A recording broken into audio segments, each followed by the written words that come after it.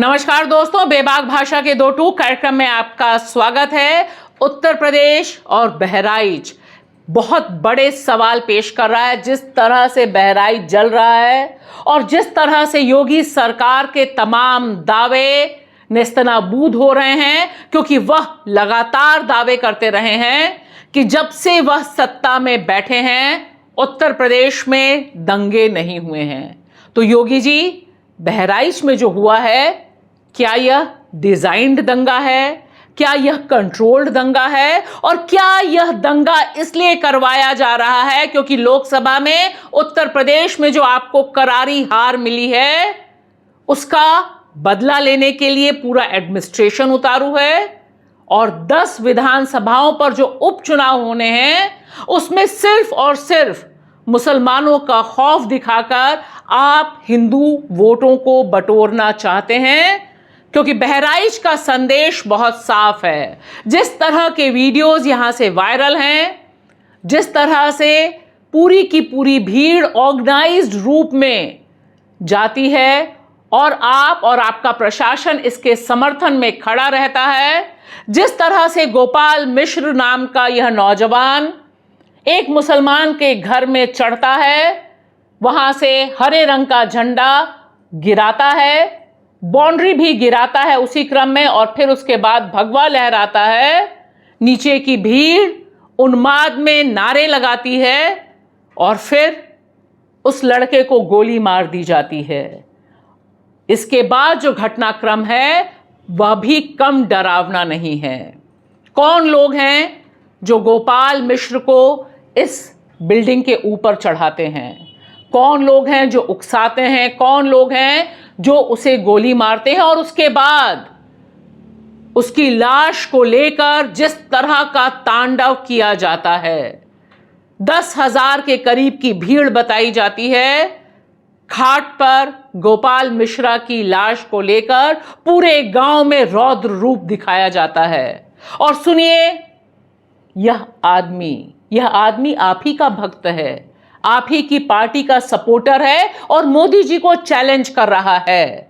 क्या यहां पर बहराइच में जो भीड़ उमड़ी है वह योगी वर्सेस मोदी की जो लड़ाई चल रही है उसमें मोदी जी को सीधे सीधे चुनौती देते हुए यह दावा कर रही है कि अब मोदी जी को सबका विकास, सबका साथ छोड़ देना चाहिए, क्योंकि यह शख्स राष्ट्रीय स्तर पर एक बड़ा गेम खेलता हुआ दिखाई दे रहा है और इसके पीछे निश्चित तौर पर आप हैं।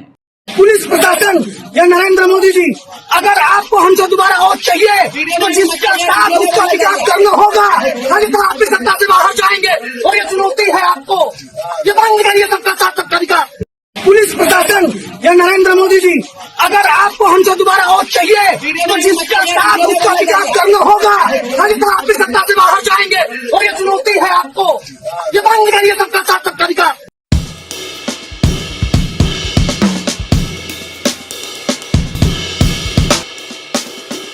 और सिर्फ इतना ही नहीं, इससे मामला आगे बढ़ा हुआ है।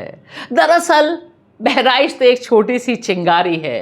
आपका मकसद जो नक्शे में बहराइच आपको दिख रहा है, आसपास का पूरा इलाका ध्यान से देखिए।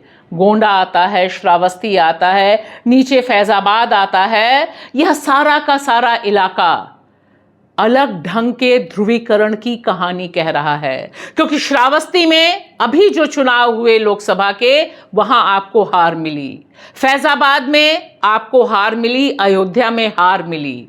अभी वहां पर विधानसभा के उपचुनाव हैं।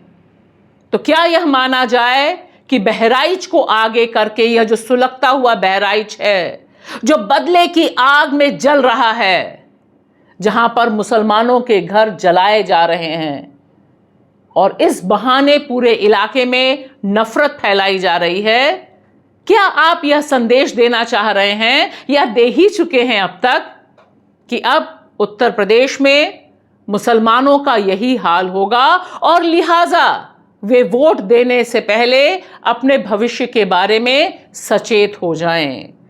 बहराइच और बहराइच का जो घटनाक्रम है वह बहुत गंभीर चिंताजनक सवाल को पेश कर रहा है पूरे उत्तर प्रदेश के सामने। क्योंकि एक बात बिल्कुल साफ है, उत्तर प्रदेश में 2 बार से आपका शासन है योगी जी, और आप लगातार इस बात का दावा करते हैं कि आपने तमाम सो कॉल्ड कोट अनकोट असामाजिक तत्वों को, गुंडों को निशाने पर लगा दिया है।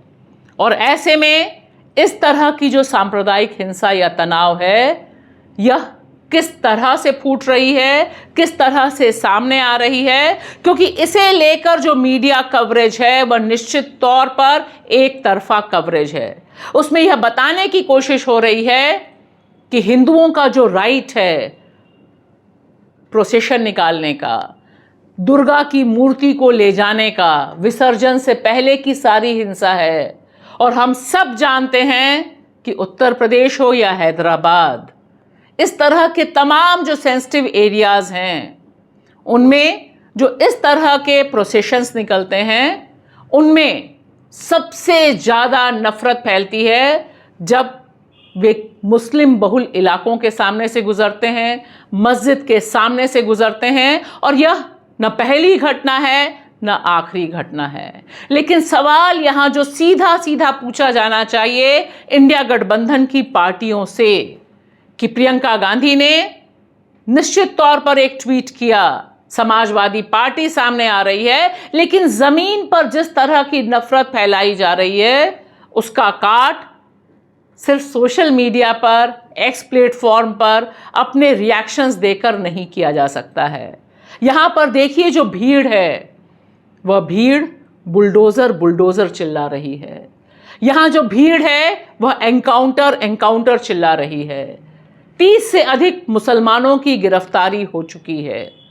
और क्या यह माना जाएगा कि इनमें से अनगिनत लोग एनकाउंटर का शिकार होंगे? तब यह जो भीड़ है, इसके मुंह में जो खून का चस्का लगा है वह शांत होगा।